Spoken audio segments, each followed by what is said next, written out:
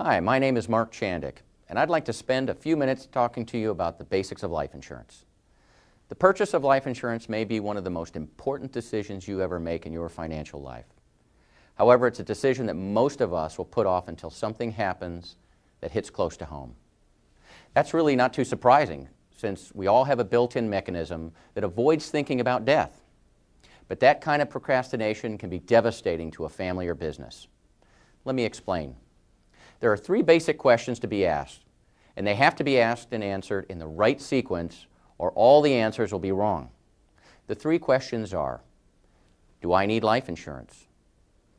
How much do I need? What kind should I buy? Let's take them one at a time. First, do I need life insurance? The quick and easy answer is that if someone will suffer financially when you die, you need life insurance.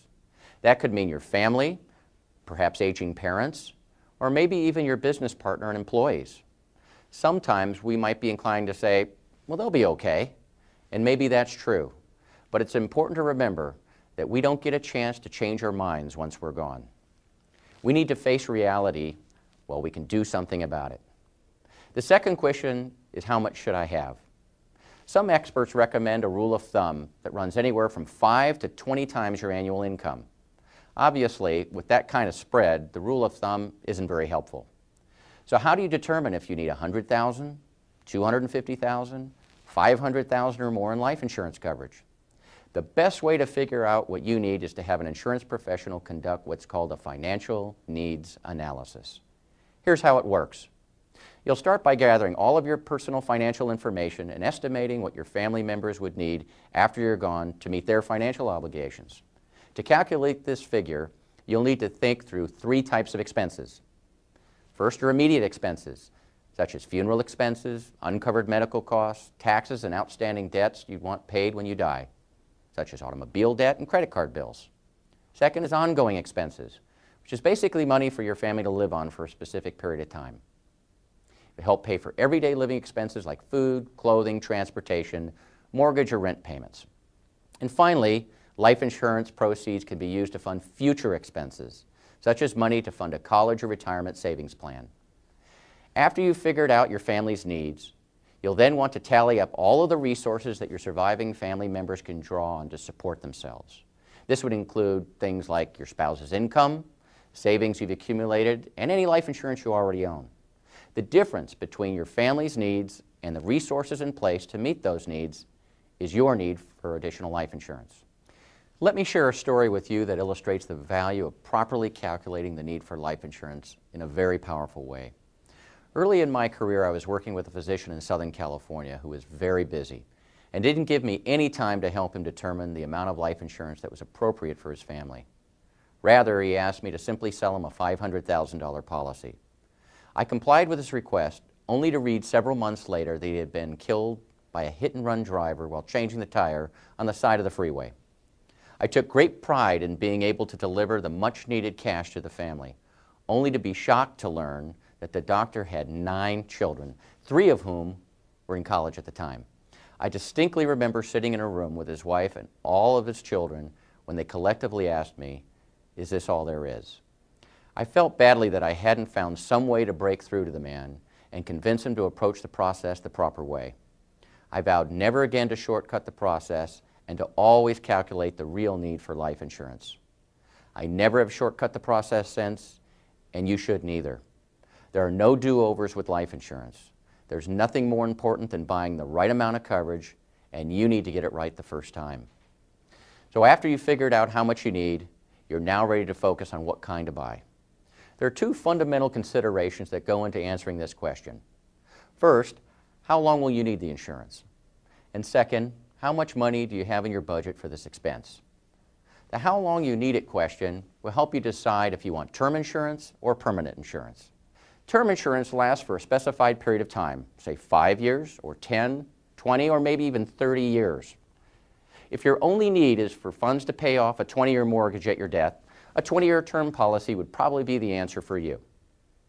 Or if you're concerned about providing funds to take care of your aging parents in their later years, a 5 or 10-year term policy might do the job. The shorter the period of time the policy lasts, the lower the premium.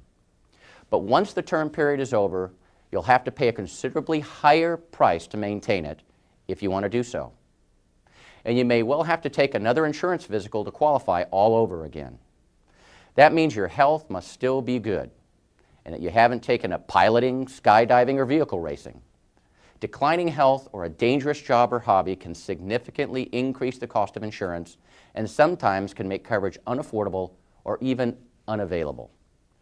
That leads me to the second kind of insurance, permanent insurance.